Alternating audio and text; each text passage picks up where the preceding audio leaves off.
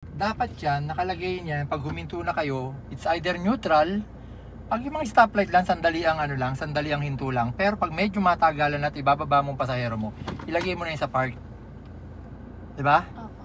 Yan ang safe na safe. Palagi kang safe sa kada biyahe. Mga dami na magturo ng disiplina, maging responsable sa manibela. Ngayon, ang pag-aaralan mo ngayon is automatic transmission na Fortuner. SUV to. Lahat ng tinuturuan namin bago tayo magsimula, tapos ka na sa Dr. Blow Bagsy, ngayon magdadrive ka na. Napanood mo yung nangyari sa NAIA? Yung sudden unintended acceleration. Biro mo, dire-diretso, di ba? Dalawa yata ang patay. Tapos may mga ilan sugatan.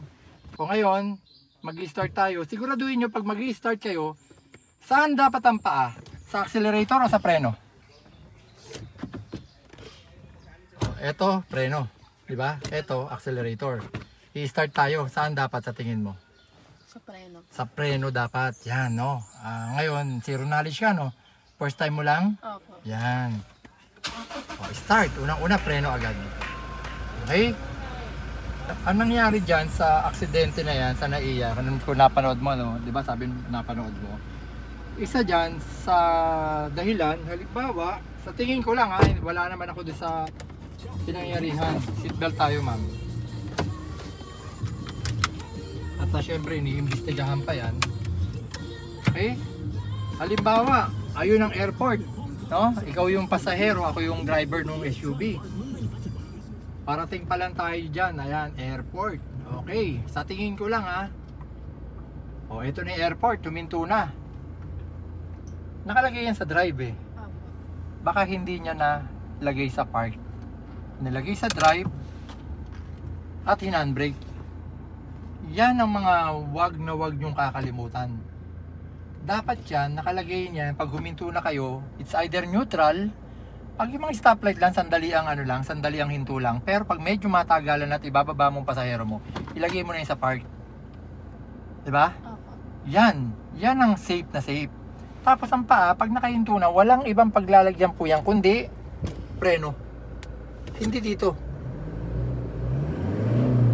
Nakita mo pagkakaiba? Opo. Anong narinig mo nung nandito yung accelerator? Umugong yung makina. 'Di ba? Ngayon, umugong na yung makina. Ididiin mo ba? 'Di ba hindi? Alam mo nga abante yan.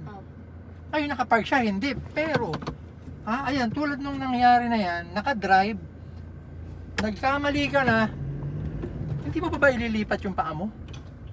Aapakan mo pa ba ng todo yan? Diba? Yun ang nangyari ron.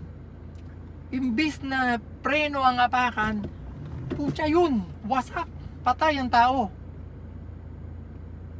Naintindihan mo, ma'am? Nakakaano, no? Nalambot ako nung napanood ko yun. Reverse, neutral, reverse, atras tayo.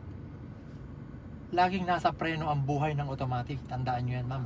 Kaya nga ang mga preno ng mga automatic transmission na kotse, laging mas pinapalitan lagi, mas maigsi lang ang buhay ng brake pad kaysa sa mga manual.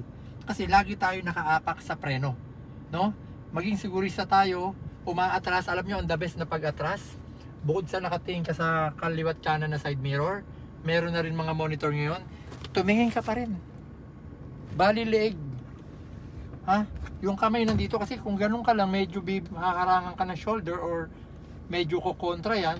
Pero kung nakaganon ka, tingin, swak yan, Okay, sana naintindihan mo, mama. Iba, lalo na SUV ito. Napakahirap pigilan nito. Talagang wawa sa akin yan. Lahat ng masasagasaan niya, wawa sa akin.